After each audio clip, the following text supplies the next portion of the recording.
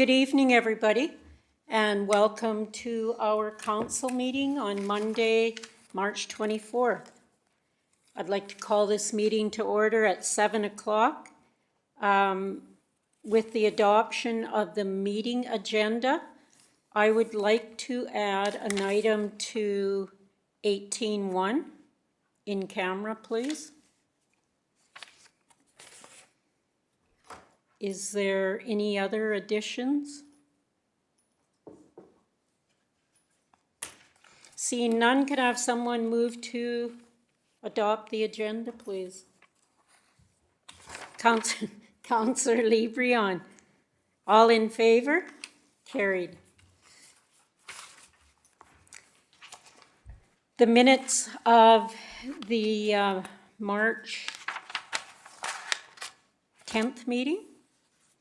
Is there any errors, omissions? Yes, and we noted that.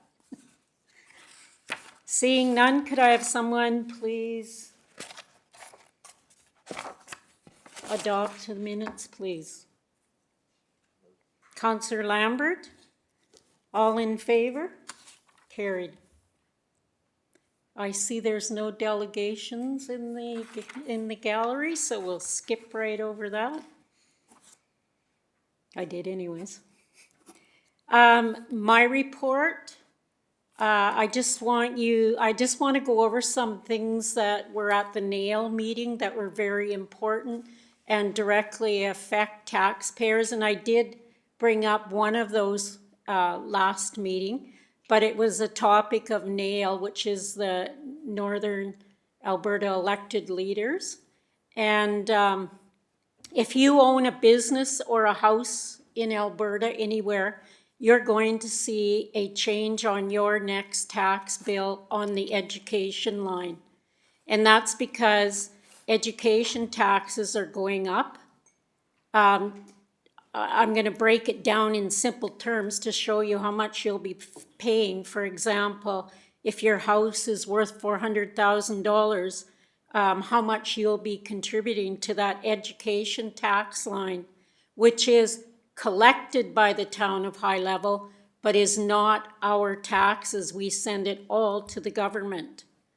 In 2025, the government of Alberta is raising the property tax, education tax by 13% over last year.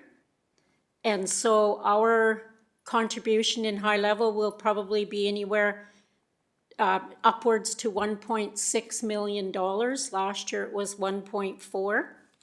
And this tax is paid by people who own property, houses, land, businesses.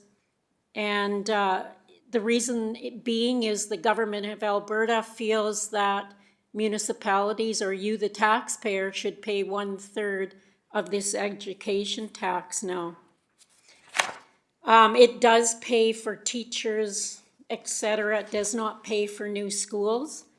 But all this money goes into one big pot, and they stir it up and they give us money to run our schools here in High Level.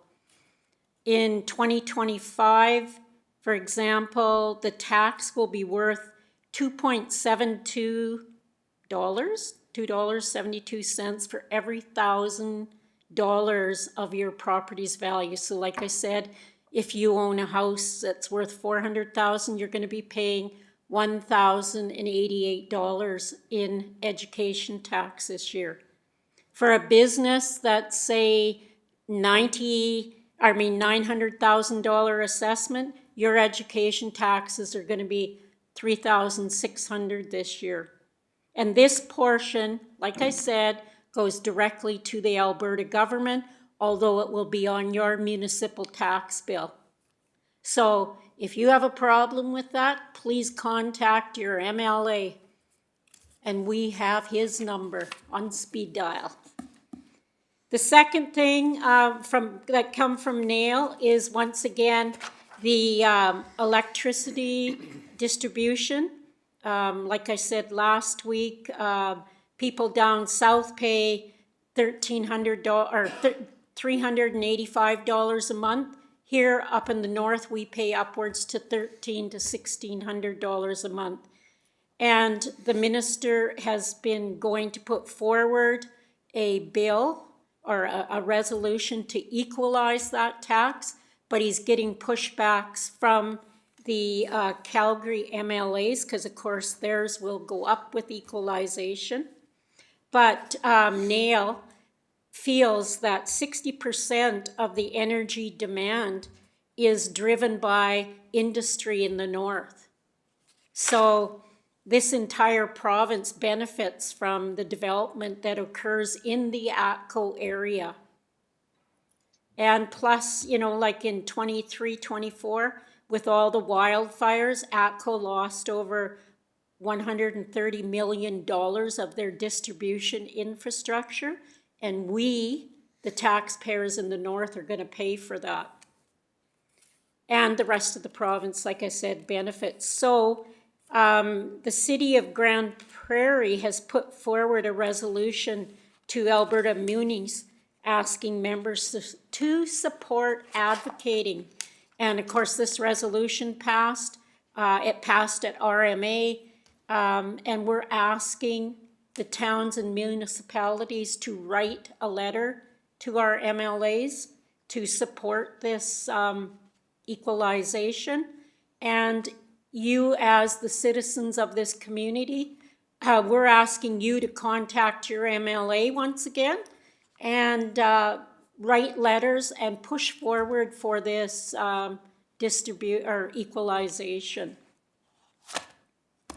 Northwest SAR, nothing new to report. CRA, despite the chaos around us with the tariffs, it was business as usual with them again. March 20th, I was invited to an AHS meeting to discuss matters that are of huge importance to our community. But at this time, I am unable to share the news with you due to confidentiality, but I remain committed to transparency and I will update you the moment that I get the okay. But with AHS, we may be waiting for a month or two to get the okay.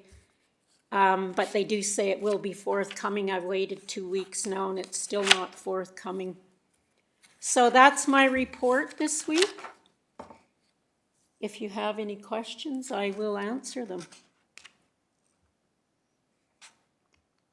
If not, I'll move the mayor's report. thank you very much. All in favor? Carried. Moving on to council committee reports. Deputy Mayor. February 26th attended their Ready board meeting, and then March 17th, 18th, and 19th attended the spring RMA convention in Edmonton. And what did you learn? There was some discussion about the utility equalization, and a couple of ministers said that there would be something coming in the fall. So I guess fingers crossed, we'll wait to hear from that. There was some interesting breakout sessions. Probably one of the most interesting ones was a gentleman, he called it Rethinking Approaches to Wicked Challenges. And he's come up with a four-step approach to try and deal with some challenges that may be different than how municipalities have dealt with them in the past. So we'll talk about that as we're coming up with some of our major decisions. So the resolutions session, this is only my second RMA, but just astounded the difference between there and AUMA, that the amount of debate, the amount of amendments that are made to resolutions, and the number that were not approved. Certainly different, and I'll have some more to share in camera. Okay. As you're well aware, I told you that Minister Sawney will be in our region. She just texted me here a couple minutes ago to say that once again she will be here on the 10th. So she is a Calgary MLA. So I would hope that council, if you can come and be on that tour with us, we can certainly share our stories of how much our residents have to pay in our businesses. Thank you, Deputy Mayor. Counselor Anderson is not here. Counselor Jessamine. Counselor Lambert. Oh, Counselor Jessamine, do you have anything? I have nothing to report at this time. Thank you, I knew he didn't. Counselor Lambert. On March 17th to 19th, I also attended the RMA convention. It was my first one. I thought it was really nice. Learned a lot on a lot of interesting topics with different ministers during the minister sessions there. But on the first day, I actually attended an EOEP planning and development course, and I was chatting with one of the counselors from Westlock there, and he was telling me some of the ideas that they had implemented over the past year. They were also recipients of the Housing Affordability Grant, which we just got news that we've received. So one of the things they did, they held a Build in Westlock event.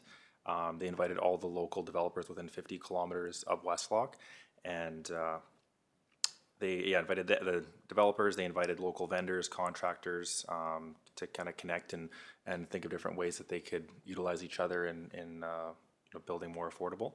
And then they had said the event was a huge success. They said one of the biggest things was they have had more development permits issued in the past year than they have in the past 15 years. So it was very, very successful so far. And then on days 1 and 2, just over the conference, so I noticed a lot of talk about oil companies going into receivership, leaving municipalities with the unpaid tax bill. I know the government said that they will be doing a better job to help make sure that does not happen in the future. But I did notice a lot of municipalities seem pretty optimistic when they mentioned that half the companies that have went into receivership have been rebranded and are still operating today. Some of those I'm pretty sure in our area. And then with budget 2025, if it gets passed, I noticed there's a lot of investment within rural Alberta. I know the Premier did mention that about 40% of the infrastructure, I think it was the infrastructure budget she mentioned, was going to Calgary, Edmonton, even though, and that's where the most population is, but about 60% is actually going to rural Alberta, which is huge. It mentioned, our MLA actually mentioned some more access and paving of Highway 58 East. That's the road to the Little Red River Reserve. And then obviously a lot of talk about tariffs and oil prices. Budget was impacted this year by the price of oil. I remember one of the things that they had said, I can't remember if it was $1 or $10. Every dollar that the price of oil goes down, it impacts about $40 million in revenue lost. Was it $1 they said? Yeah. So pretty significant when you put that into the math there. And an update on the chamber. Still lots of work to do with the trade show. Booths are filling up pretty quickly, so everything's working out really well there. We still have a few home-based business and food vendor spaces available. And then after the success of our Business After 5 event in beginning of the month, we're decided to host another one on April 8th at the Eagle. At the Eagle? The Eagle, yeah. April 8th? Yep. Yes, Deputy Mayor. Oh. That is all I have to report. So how much did Westlock get? Did he mention it? I can't remember the amount he got, but he did tell me that they incentivize, I think it was $15,000 per development or per door, which I think is, So that is it was similar to what pretty we, Similar, It's 10. yeah. But I just was trying to figure out how much they would have received. Did you wish to speak? Yeah, within the initiatives, there is a grant that we'll be creating, and we'll need to bring it back to council for the final policy to be approved. But the first grant that will be available is $10,000 per door for secondary suites, so either basement suites or backyard suites. And then for new developments, to incentivize it within new homes, it'll be $15,000 per door. And then there will be a kind of medium density tax cancellation incentive that'll be brought forward where, at least as it's proposed now, it'll be the first year of construction, your property taxes will be essentially reimbursed to you, and then the year afterwards as well. So we'll bring that forward for more conversation. They could change a little bit, but that's what we're proposing right now. Thank you. I guess one of the comments that he did mention was there's probably going to be a lot of people asking, why are new builds getting incentivized and the old ones are not? right? Like, why aren't people that are already here getting I mean, there is the incentive with the suites and things like that, but one of the things I mentioned that they talked about at their Build in Westlock event was that you're going to see that incentive come back, because the more developments we have, the more tax base we will grow, which will overall lower your tax bill, right? So that's the incentive you will see over time. That includes backyard granny suite sort of things. I'm Thanks for the sending this question. out to my daughter. Yes, that's correct. Yeah, backyard, granny suites, cottage, carriage homes, there's lots of names that they go by. Okay. All right, thank you very much. Thank you, Councillor Lambert. Councillor Lebrion. Okay, I had the library board meeting on the 19th. It was just a personnel review board meeting, pretty simple. But that's all I have to report for that. But I just wanted to throw another congratulations to our L&P Disposal U13 North Stars hockey team. They managed to clinch the championship provincials, so that's huge. They definitely worked very hard, and they earned every bit of it, so congrats. Congratulations. I was going to, and I forgot about it. And also to the senior girls basketball team, who finished 5th in the province. So that was another great victory for high level. So congratulations to all the hockey players and basketball players. Thank you, Councillor Lebrion. Councillor, I just wanted to add that this is the first time in 24 years that a hockey team in high level has brought back a provincial banner. So it's very huge. Congratulations. yeah, that's awesome. Councillor Welke. I as well attended the RMA conference in Edmonton on March 17th through 19th, and echoing, similar things that the other councillors had learned when they went there. I attended a breakout session which was stressing the importance and showing good examples of neighboring municipalities working together on recreation projects. And this was more in the some municipalities around Leduc and Warburg, New Sarepta, all down there. They work a lot to get behind each other's projects regardless of where the infrastructure is being built. And though it's difficult to overlay, that type of, template onto our situation up here, I think it's, worth considering, always, finding ways that, we can get behind, any project, any recreational projects within our region at all.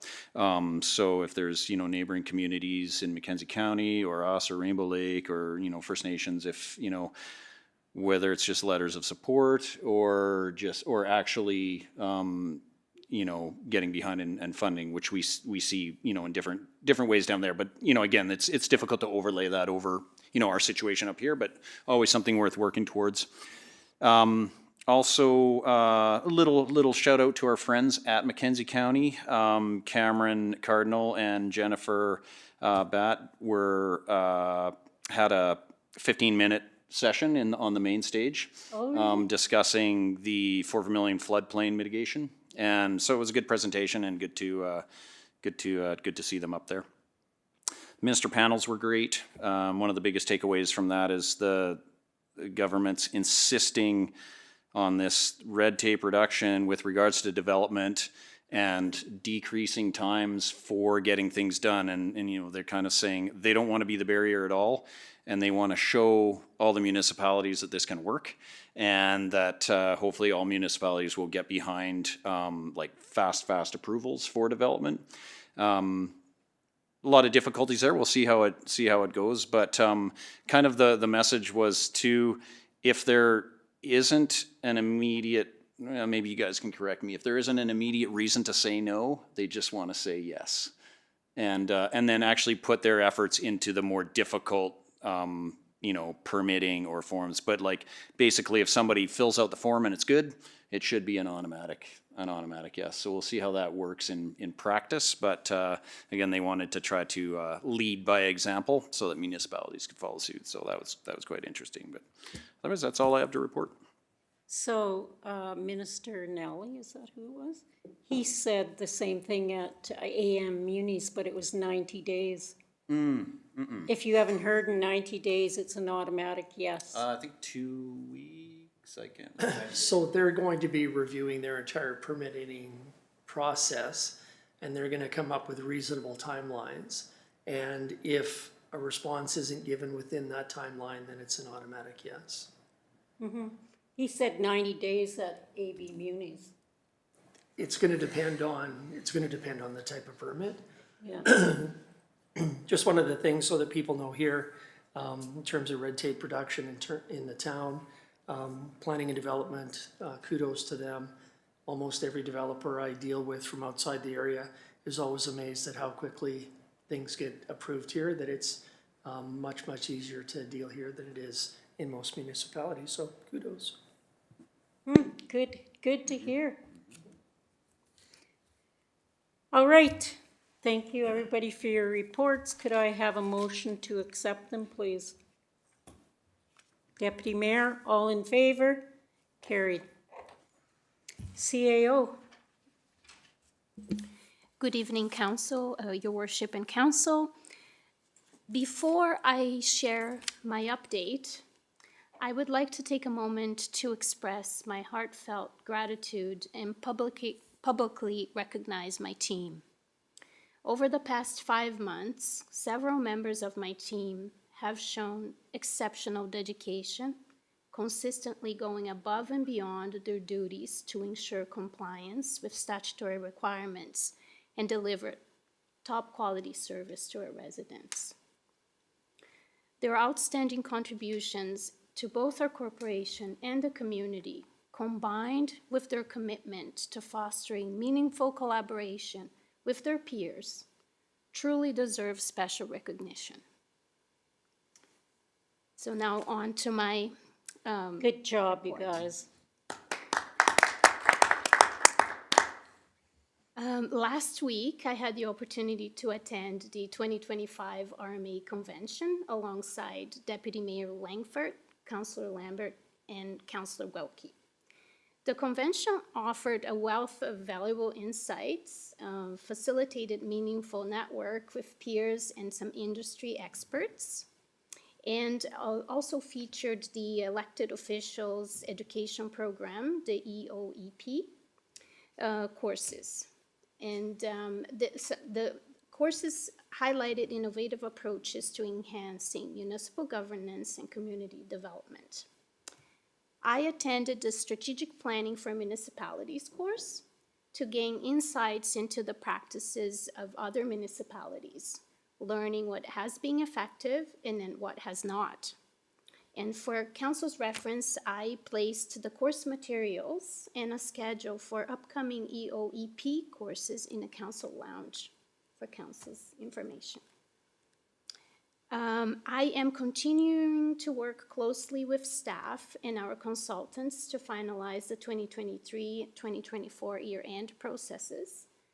And completing the audits for both years is crucial to meeting statutory requirements and then gaining access to capital funds for 2023, 2024, and 2025, which the province has withheld due to non-compliance with financial reporting.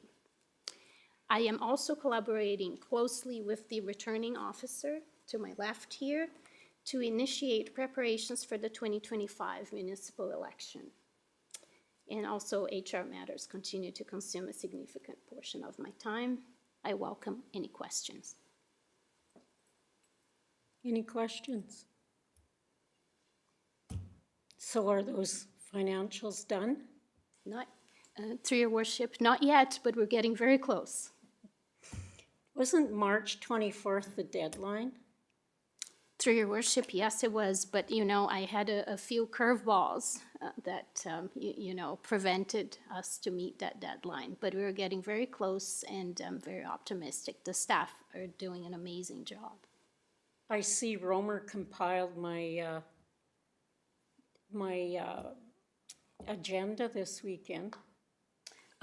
He printed it off, through your worship. Actually, yours truly compiled the council agenda this week. So I apologize if there were any, errors or omissions, or I had very crappy internet at where I was staying. So it was a bit of a battle, but yes. So And now Romer you feel helped. the pain of people that fly in and out of high level. Oh, absolutely. And I had some things to say, some feedback that I provided to CMA as well.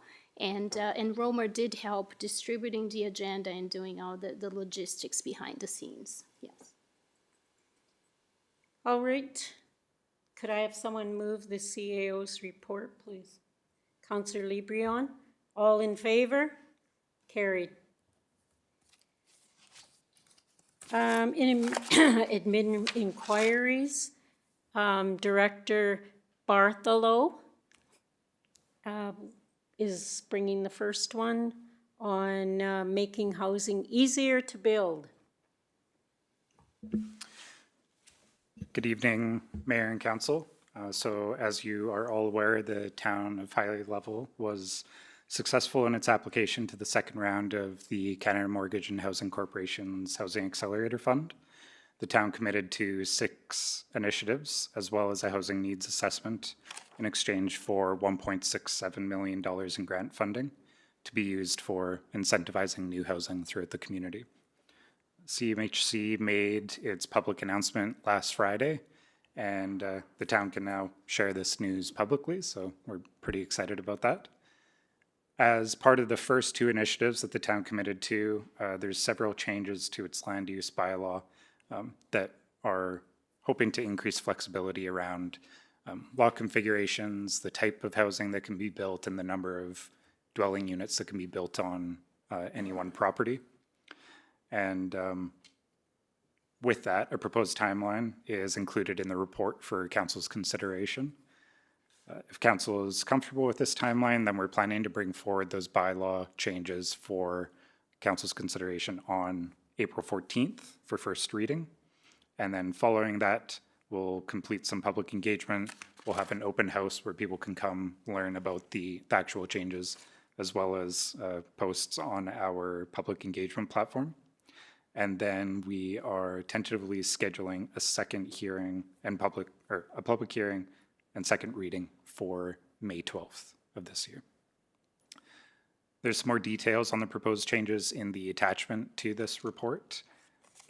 And while some of the adjustments may seem easy on paper, adding a use to one section of the land use bylaw or reducing setback requirements, there are going to need to be more comprehensive changes to the land use bylaw to facilitate a lot of these, just to make sure that we're doing it in a responsible and effective manner, in a manner that we can actually enforce, and in a manner that will actually be moving the needle rather than just changing some words around.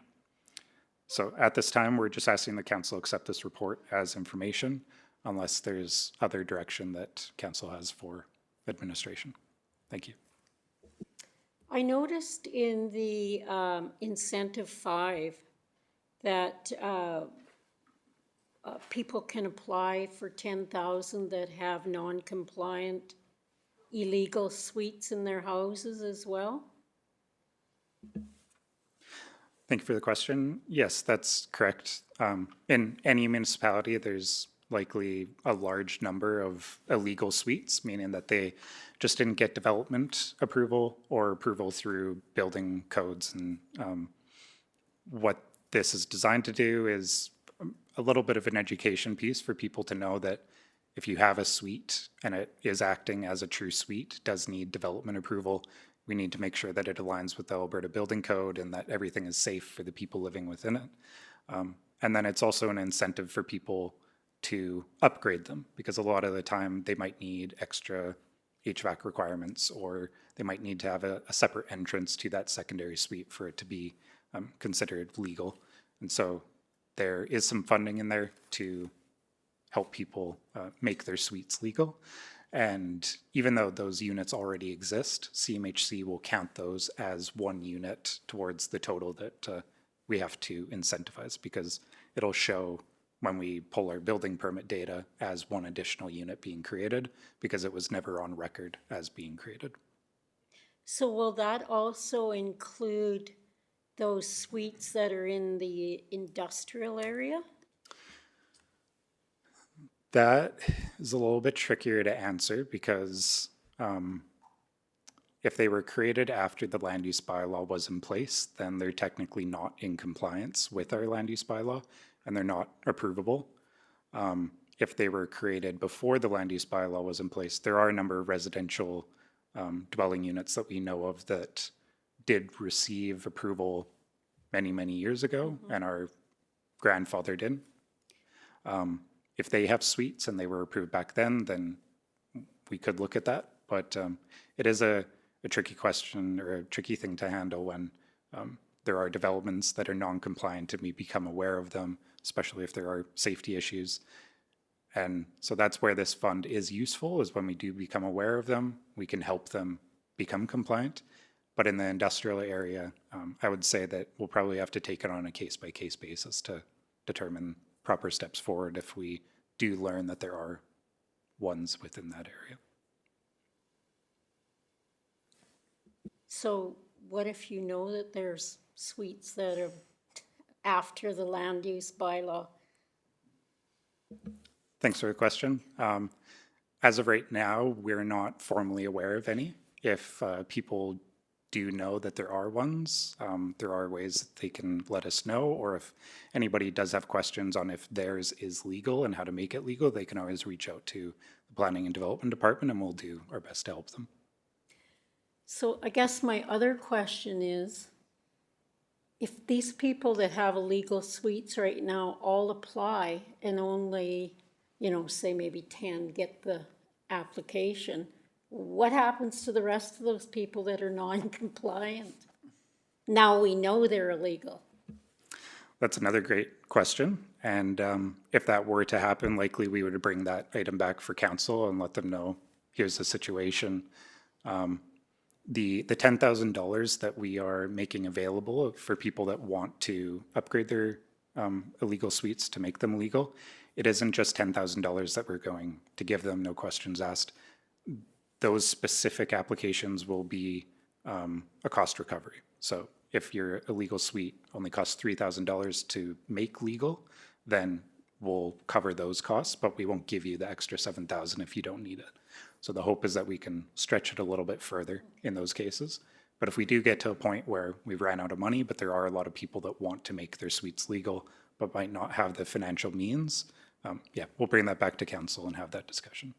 Okay, thank you. Is there any other questions from council? Yes, Councillor Lambert.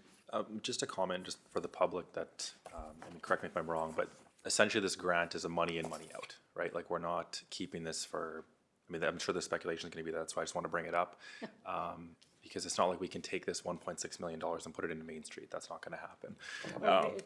People might think that's how it works, but it does not. So it's a cost, you said a cost recovery. So it's to incentivize builders to develop new homes. And it's not like the town is going out and building these houses. This is to incentivize builders to build in high level. And that, it was $15,000, I think it was a maximum for new builds. Mm-hmm. Correct, for secondary suites within new builds. With new builds. Okay, so what about how does it work? What's the grant subsidy for, like say a single family home, I guess? Mm-hmm. Is there? With single family homes, there isn't a specific incentive designed, I guess a monetary incentive. For single family homes and lower density residential, the goal is to make it very easy to build those, reduce a lot of the restrictions that we have around setback requirements and things like that. So that, it is quicker, the timelines are quicker. What we're finding in high level is that rental properties are the biggest gap that we have within the community. And so the other incentive that we have is for medium density to high density residential to incentivize those townhomes and apartment buildings and things like that. When we're talking to developers, there are some that are wanting to build single detached housing, but almost every inquiry we get has been for apartment buildings and townhouses. And that's why we chose within our application to align more towards the multifamily. When we bring that policy to council for consideration, if we do want to open it up a little bit more to single-family homes, duplexes, things like that, that would be something that we can do. And we have built a little bit of a buffer into our financial forecasting for this program, where we can add a little bit more money onto that initiative to incentivize those things. But we were trying to align it with what we heard in the community as priorities. That's perfect. I noticed some of the, I think the information online maybe was, or the communications weren't as clear as that. I mean, it said online today that it was to build 51 homes in town, right? And I think that's where some of the speculation is going to start, is that this is to incentivize, multi-residential housing as, rentals. That's to, so can it be $15,000 per door? So if you build an apartment building, it's $15,000 per door? For apartment buildings specifically, there's essentially two streams that we were creating. One is for secondary suites, which is 10,000 to 15,000 depending.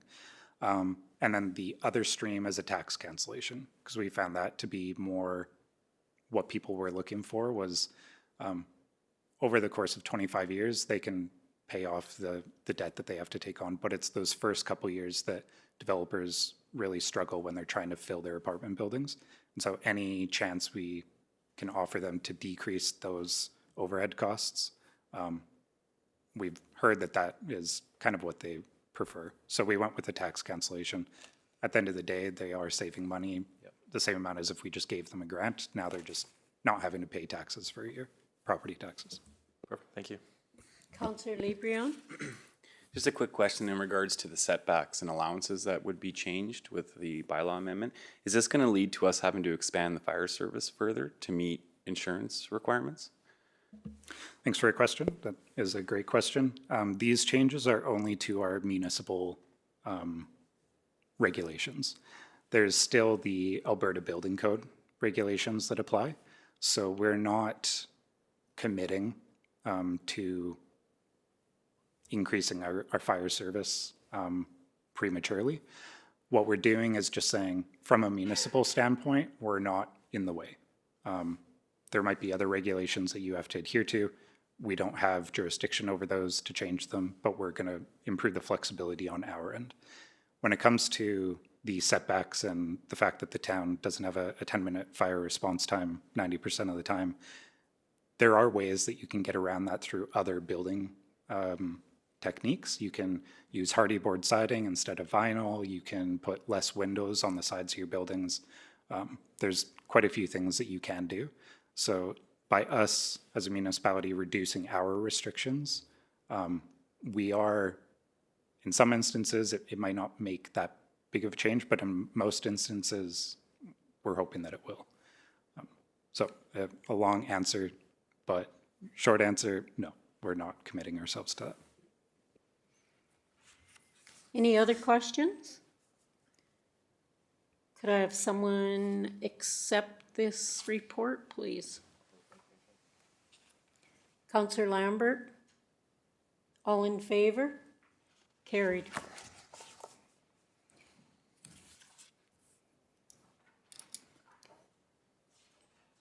Moving on to 9.2, which is the branding options, and once again, Director of Planning and Development. Thank you, Mayor and Council.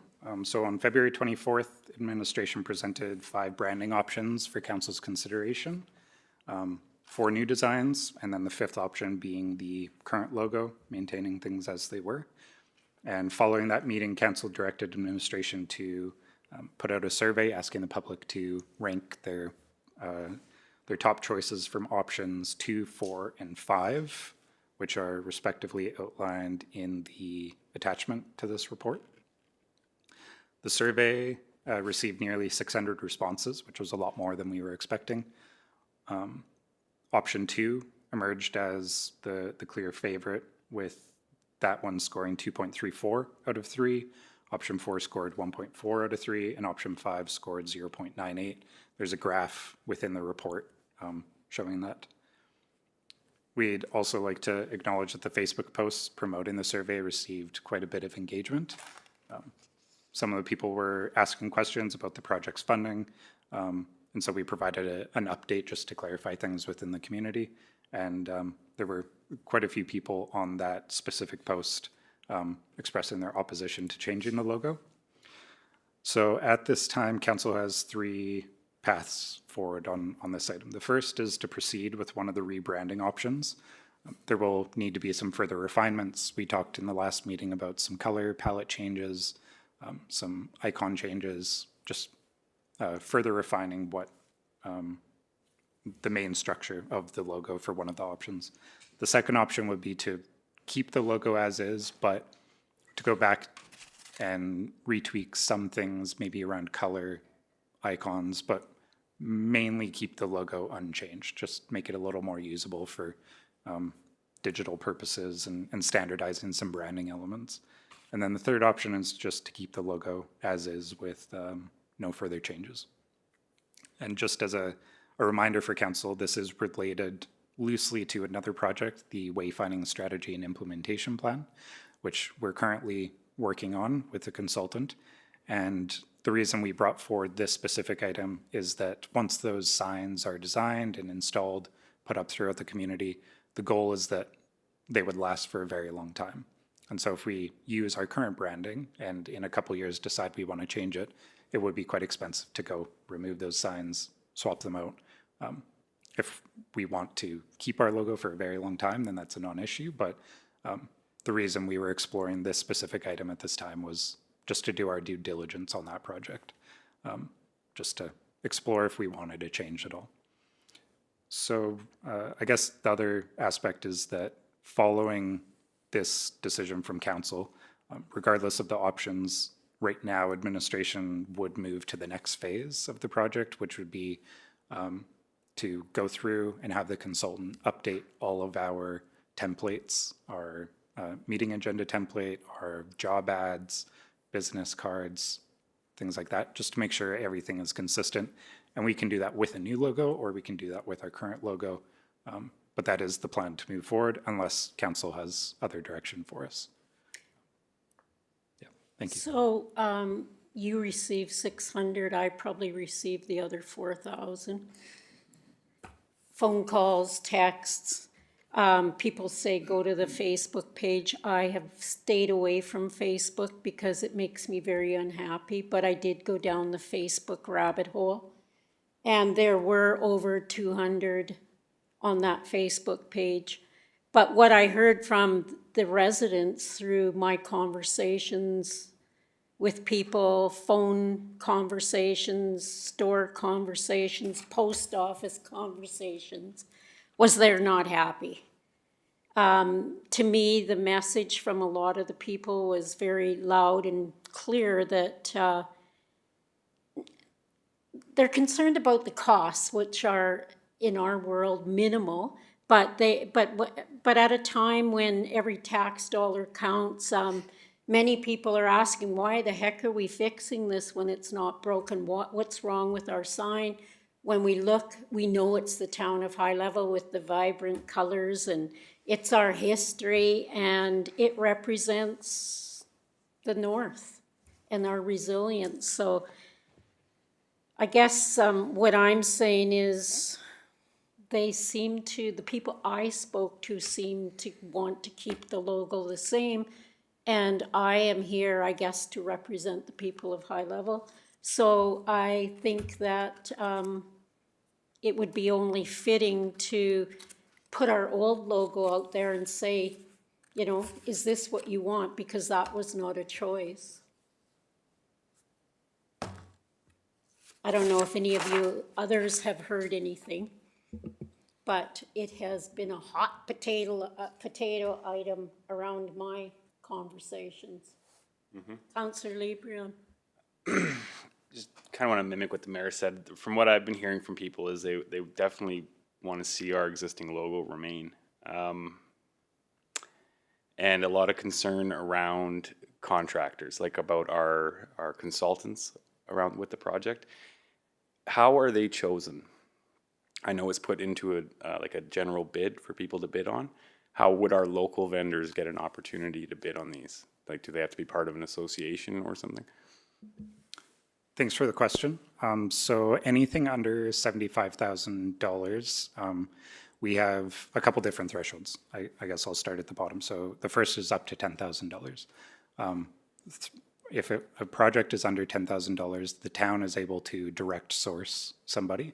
And there is policy language in there to not specifically focus on locals, but to, I guess, when the opportunity presents itself, to try to procure locally.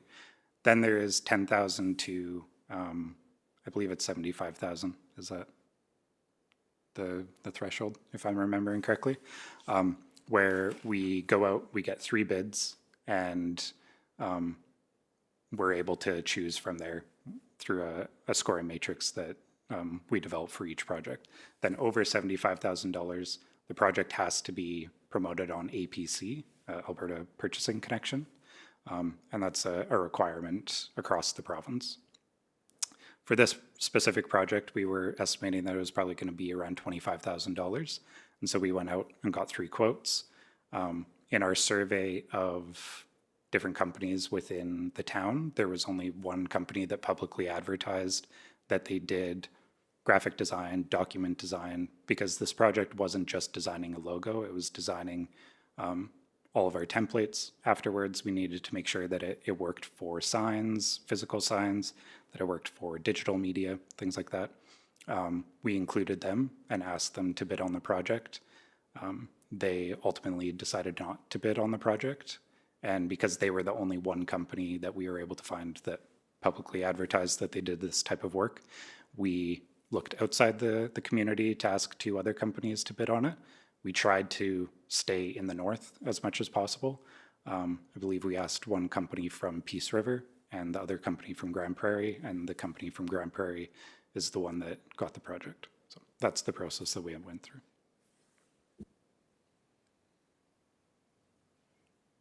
So getting a consulting firm is a laborious. I was just I looking know for the clarification. public seems for to the public. think that we should have put it out to, our local artists, which we try to do most of the time. But this was a little different than a local artist. It was designing all the templates, as you say, and people aren't interested in that. Sorry, I just had another question. I had it reported to me that the voting system on our site there is that it wasn't, you could keep going back in and vote over and over again. And we were aware of that. Yeah, thanks for the question.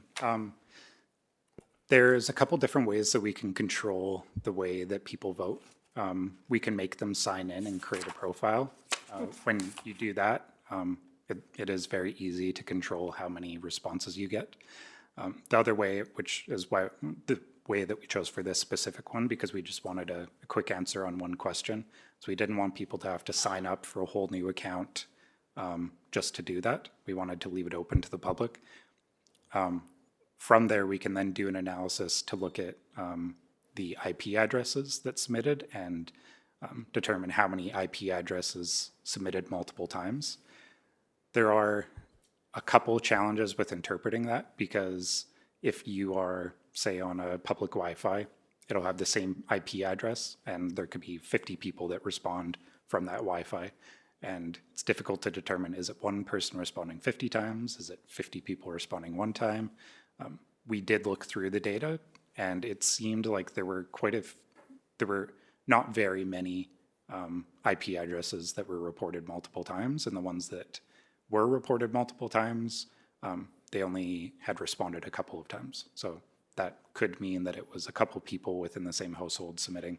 It could mean that there was one person responding multiple times, but we are able to go in and make sure that there isn't one person just sending hundreds of responses to inflate that. So we did look at that and made sure that wasn't the case. I did my due diligence on Facebook too. If they responded twice, I only took the one. So a lot of people said the colors stand out and they know this is high level, and I have to agree with them. committees that I'm on that are provincial and, like, for example, CRAW, where there's, 30 odd municipalities. When you look at it, when it's branded, like, High Level stands out above any of them. And I guess it's the vibrant colors. People feel that's our history, although I'd like to change the caribou. I think I'd rather see a raven there, but that's my personal. But I, for one, would like to see it stay the same. I said that the first time too. What? I don't know what, yeah, go ahead, Deputy Mayor. I was away for a bit, but I did have a couple of people ask me about this and said that the current logo is sort of getting dated. Asked why we were looking at this now. They didn't necessarily ask about the budget and, the wayfinding and all of the rest. They're just, this is sort of a critical time that if there is going to be a change, now is the most cost-efficient way to do this. And yeah, the overall response that I received, they didn't have a favorite or didn't identify what had been put out, but they just said that the current logo is sort of dated and something should be looked at. Anybody else? I agree with Deputy Mayor. I read a few of the comments on the Facebook page as well, and there might have been maybe 200 comments, but they were by most of the same people. We had almost 600 responses that reflected the new logos, and I think people do like them. I mean, there was the one comment that I noticed that said, if the original logo would have been an option, that might have changed their outlook on it. However, I do remember when we had our first meeting regarding this, we said, we had the option of including it in there, but we said if we're going to change it, why wouldn't we leave it out of there? Because if we're going to change it, we're going to change it. Again, I agree with the Deputy Mayor, a refresh is nice. I mean, a lot of other towns, you notice, you drive it through the town of Fairview or Peace River, and they have updated logos and updated signs, and it looks really nice. And one of the other things I noticed too is, I mean, this wayfinding grant is huge for the town. Like, yeah, that there's going to be some cost there, but at the same time, it's going to help, beautify the town, and that's one of the things that, people do care about. And the other thing is, if you're not from High Level, you don't know where things are. So I think the wayfinding sign is going to be a huge implementation to go ahead with. But having some updated colors or updated logo on there just to make it look new and fresh is going to attract more people. It's going to attract more investment. This can go a long way. I don't mind the old logo. When I first saw these ones, I wasn't a huge fan, but when we had the consultant come here and actually explain the design and how they came up with those things, I understood them a lot more and they made more sense to me. So, I mean, maybe we can put a little, not a presentation together, but, maybe I guess, was it included in the minutes before the different things that they had decided to, or the reasoning behind the different designs that they had created in the first package we had? Because maybe even just putting something like that out there would help. And but I mean, I'm for the change. I still like number 2 with the slight changes that I had said, accentuating the forestry logo or the tree on the logo instead of the caribou, and maybe changing the caribou to a raven. The fire can either represent the oil and gas up here, which is fairly non-existent, but the wildfire is still all around us, so that's, I think, an important one to keep in there. But I think for a vote, I'm still on number 2, and I'm for changing it. I'll agree with Councillor Lambert as well.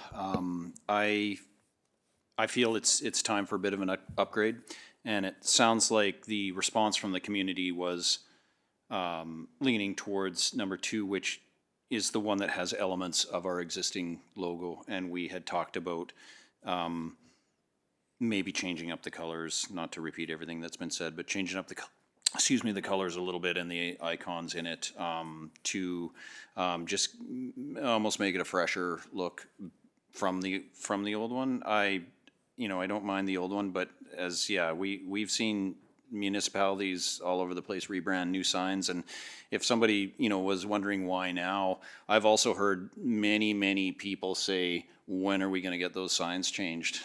Coming into high level from all directions. Like they are dated, and I think they need an upgrade. And we, as we move forward, continually need to, keep up with the rest of the province. We need to interface with, more and more organizations outside. I know the mayor said that people really recognize the old one, but I do feel, like brightening up one, like the option that seems to be the most popular one would probably achieve that. And I think it would be a really good thing for the town. I've been here for a long time, and yes, there's history there, but it's also exciting to rebrand and get a fresh look, and especially if it applies to all our signage and everything else where our logo shows up. I think it's a really good idea, and we should move forward with some rebranding. Councillor Jessamine?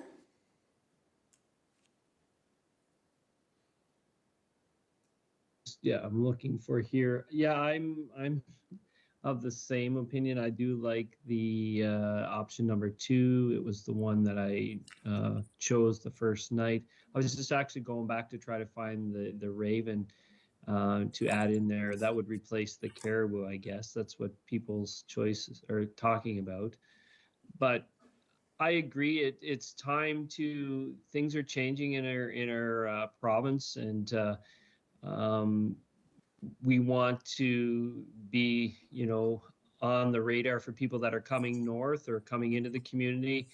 It is attractive, it is different, and I think it looks really good and it's classy. I've seen others that have changed their logos and they have not turned out that great. So number 2, I think, is pretty rock solid, and I really like it. So that's my choice. Councillor Lebriel? My choice is also with number 2, but I did want to see, like our discussions about the slight changes with the Raven and everything, I would like to see that produced and then shown to the public as well. Because like this was the one that was the highest vote count, but like there were some changes that we had discussed. So this isn't exactly what we would be choosing, right? Thanks for your question. That's correct. The next phase would be to bring, if council does want to go with one of the 4 options, if it's option 2, what we would do is we would go back to the consultant, let them know. They have a list of all the comments that council made in the previous council meeting, and we would bring forward some further refinements and different options to choose from. Color palette being one, changing the Caribou to a Raven. There were a couple other changes that we talked about as well, and we would bring that for a final vote on what is the finalization. What does that look like? So you're more just voting on the form. Which one of the 5 do we carry forward to that final refinement? Deputy Mayor? For the wayfinding, though, we do have a deadline when we have to have a logo to give them, do we not? Thanks for the question. We're in the middle of that project, and we did time this branding project with that so that they could kind of flow together.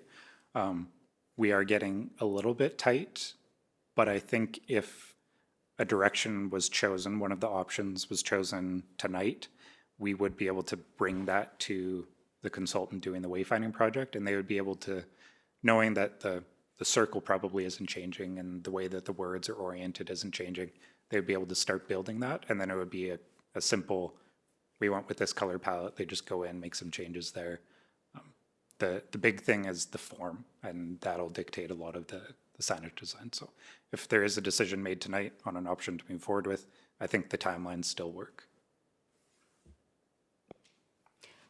I would really like to see the people involved in this, not on Facebook, not on, like the web page. I would like to see something where people can come in and they can look at them.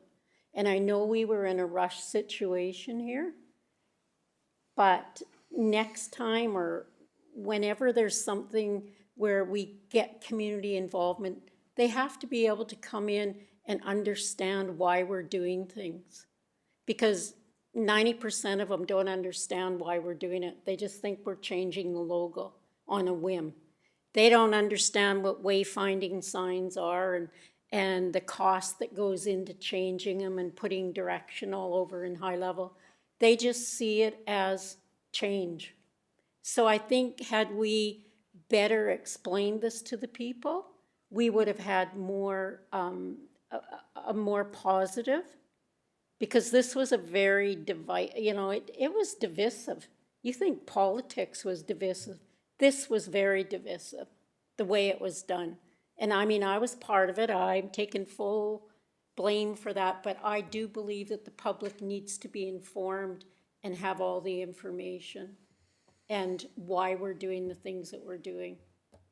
And I know, like, I went down the logo changing rabbit hole too to find out that 30 communities in Alberta have changed their logos and the reasons behind it. And I think the people need to understand why we're changing it.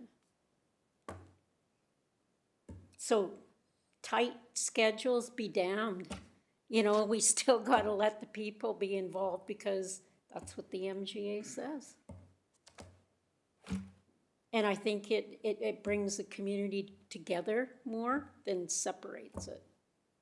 Because I don't want to be the person sitting, and that's why I said take it to the public the first time, because I knew it would be, divisive, because you have the people that really like it and the people that want change. My little piece. Yes, Councillor Lambert. A couple comments, but just to tie into what you're saying there, I mean, I think that's why we're in a democracy, right? That's why there's voting. People voted on a change, and I think that's kind of what the clear picture is here. We have an open meeting here every, twice a month, and people have the option to come here and have their input, and, as you can see tonight, nobody's here. So once you put something on Facebook, it gets very easy to add your comment on there, but when they want to do it in person, it's a different story. So it's disappointing, but at the same time, I think a change is needed. And one of the things I wanted to point out is that with a lot of it, like, there's not, there's going to be a cost to it, but at the same time, we're not being wasteful with any of this either. Like, from my understanding, we're keeping,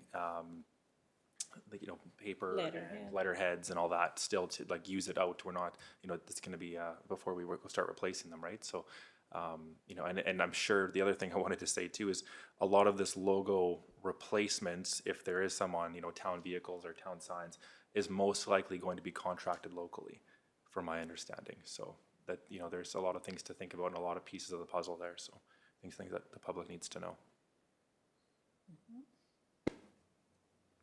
All right, is someone going to make a motion? Councillor Lambert? Number 2, you've been saying. No. I'd like to move with selection number 1. Analyzing one of the branding options.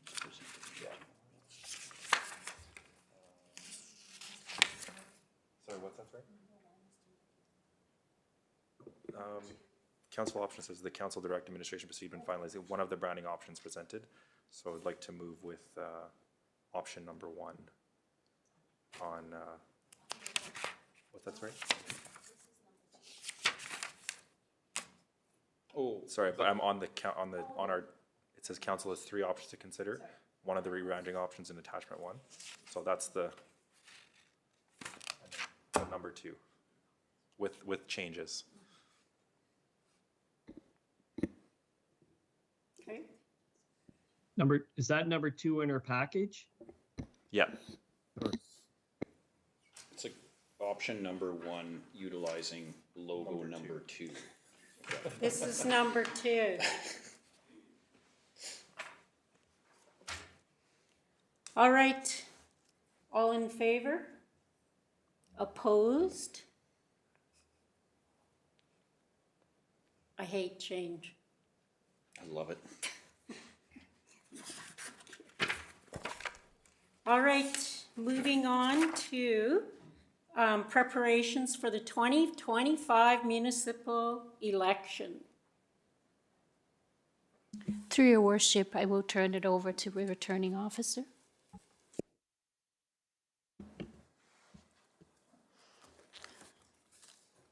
Madam Mayor and Council. So you have before you an RFD, so we'll just go into the discussion. So as we're approaching the 2025 general election, it's important to ensure that the election bylaw procedures are thoroughly reviewed and updated to reflect the current legislative requirements and best practices. So this practice is involved and will involve several key steps. A review of the existing bylaws, and I intend to do a bit deeper dive into them while I'm here this week. But at this point, we've only found 2 existing election bylaws. The bylaw 97317, which was the election bylaw rotation, which was only effective for the 2017 election. It did not contemplate any further elections, so it's no longer in effect. And the bylaw 73000, municipal elections candidate deposit bylaw, is still current and in effect. So we would like to incorporate new procedures, introduce and implement new procedures as required by recent legislative amendments and best practices. This includes establishing a permanent electors register in collaboration with Elections Alberta, creating general and advanced voting procedures, and updating vote counting procedures, etc. Some of these things will be mandatory. They are legislated. The permanent electors register is mandated, so that is something that we have to do. Things like advanced voting is discretionary to council if that's what they choose to do. So those are some of the things we will have a discussion about, some of the mandatory and discretionary things. Advanced voting opportunities, so again, determined to continue offering advanced voting opportunities. In the 2021 election, there were 2 advanced voting days, so they had 2 days and they ran the voting stations from 10 until 8 p.m. So that may be something council would consider. Another opportunity would be the institutional voting. Decide to provide voting opportunities for individuals confined to treatment centers or residing in supportive living facilities. That is discretionary as well. And to what I've been able to determine, that is not something that was offered during the 2021 election. I am not sure. I know the senior facility was not open, so it probably wasn't offered for that. I mean, that was during COVID as well, so there was probably some other protocols surrounding that. But we did have pre-voting. Advanced voting, yes. Right. And then another consideration might be the voting station hours. Determine and set the hours for voting stations. It is legislated that the voting stations have to be open between 10 a.m. and 8 p.m., but at council's discretion, they can be open prior to 10 a.m. So something that council may want to consider. I can't remember if we had 2 days. Does anybody remember, or was it 1 day advance polling? The information that I found online was 2 days. Okay. Yeah. Let me introduce you to the public, to all our people that are going to run for council. This is our returning officer, Debbie McCain. Thank you. And McCann. Yes. Welcome to High Level. Thank you. I'm enjoying it so far. Good. Yeah. So is there any questions of Debbie? None? I'll move alternative 1. Okay. All in favor? Carried. Thank you. Thank you.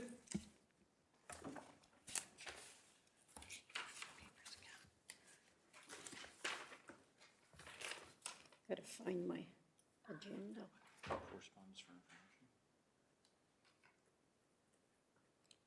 Correspondence for action.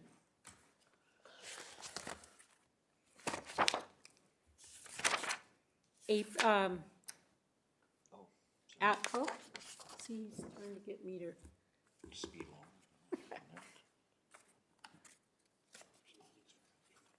Apex, yes, sorry. I'm waiting for CAO. Through your worship, I brought this item forward to get direction from council to enter negotiations with Apex to renew this agreement if council wishes to do so. Council, what's your wish? I have a question. So in paragraph 3, where it talks of the current agreement, it refers about, in 3A, about the fourth line down, provided written notice to the company to exercise its right to purchase the natural gas distribution system. Have we ever investigated buying the system? I know there's a number of other utilities that own the distribution, and it's usually been a fairly consistent source, significant source of revenue. I know back in the day, a lot of these were sold from by the province for next to nothing, but until I looked at this, I didn't realize that we even had the option to purchase the distribution system, and I was just wondering what the cost of that would be, whether we have the capability of running it. That's the same question. So, yeah, that was news to me. I was really surprised to see that in there. So who do you know that owns their distribution system? Rainbow Lake owns it. There's a number of other municipalities that own it. And how much did it cost Rainbow? I think Rainbow got theirs for $1 back in the day. It's been, Distribution from where? so there's a meter station Yeah. that comes off the supply pipeline, and you own everything from there. So you add in the odorant and you do the metering, we would do everything that Apex currently does, including collecting the distribution fees. So I'm just wondering in this if there was a set price, and I'm sure this is all through the utilities board. I'm sure it's not cheap, no. Okay, but we have to look at the cost benefit that, like, Well, that doesn't hurt to check into it. so they're also outside their timeline. They're supposed to do this not less than 12 months before it expires. Well, we're way past September of 2024. So So what's your, I would like it to direct administration to investigate what the cost of acquisition of the distribution system would be in terms of cost recovery, debenture. Other municipalities don't look at gas as the same way that you look at water and wastewater. This is not a cost recovery. This is essential. Well, there's NMAX, there's all of these other utility companies that cities own. This is a business. And this, just like Apex makes money off all of the residents here because they currently own the infrastructure, you can buy your gas through whoever, just like you can buy your electricity through whoever. But whoever owns a physical asset is who receives the distribution component. And this could be a significant source of revenue for the town in the future, considering we're looking at other revenue options. so you would have to look at what it would cost to buy it, personnel to run it. They'd have to be qualified to put, All we need is a journeyman gas fitter, I believe, to operate the system. all we need? Well, of the things that we need, we would have to have a journeyman gas fitter on the town's payroll. Or a contractor. It can be a contractor, it doesn't have to be an employee. I don't, how does Northern Lights run theirs? So Northern Lights is Gas co-op. but it's not owned by the municipality. And I'm not sure what happens to their profits or if it's, I mean, one to look at. Okay, well, One kind of local example would be what Paddle Prairie does. They own it from their metering station into the settlement there, so they might be someone to check with.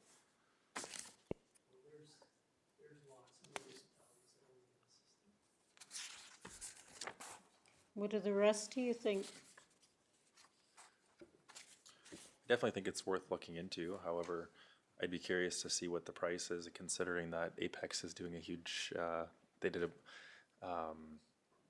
I'm not sure what the term is for it, but they just came through here with a bunch of contractors to locate certain pipes and areas so that they can replace them all this summer, so. Or is they gonna raise the price? Just like buying infrastructure from the province? No. All right, you got that? Yes, All in favor? Carried. So we're not gonna make a decision on this tonight. Could somebody, table this, please, so we can bring it back? Anybody? I'll make the motion to table it. Counselor Jessman tables. You made a motion. Yeah. But we need to table this if we're gonna sign it. Okay. All in favor? Carried. All right, moving on to correspondence for information. There's another, piece in here from Nail. I didn't want to do a report on it, but it's on the nuclear power plant that they're looking at putting on the piece. So you can read the information included there. They're pretty hyped up about it, so, Madam Mayor. yes. So that's, I forget which minister it was, but there was a question asked at RMA about nuclear. There was a discussion around disposal, which was kind of ridiculous. They're talking about a 150-year timeline for something that has a 700 million year half-life. But anyway, the response to the minister is that any nuclear development within the province is likely 20 to 25 years away. So there's lots of time for this. So just that one comment led me to believe that the province is not looking at jumping on this anytime soon, for whatever reason. Probably because of the river. All right, so that, could I have someone move information for information? Counselor Librion, all in favor? Carried. Internal correspondence.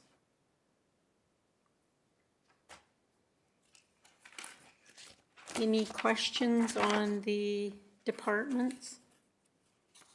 I think I had a question. Maybe I didn't. Oh, no, I guess I didn't. Could I have someone move those, please? If there's no questions? Counselor Lambert? All in favor? Carried. Outgoing correspondence? Move for information, please. Yep. Deputy Mayor, all in favor? Carried. All right, so that ends our meeting for this evening, our public portion. Could I have a motion to move in camera, please? Councillor Librion, all in favor? Carried. Thank you for attending our evening meeting.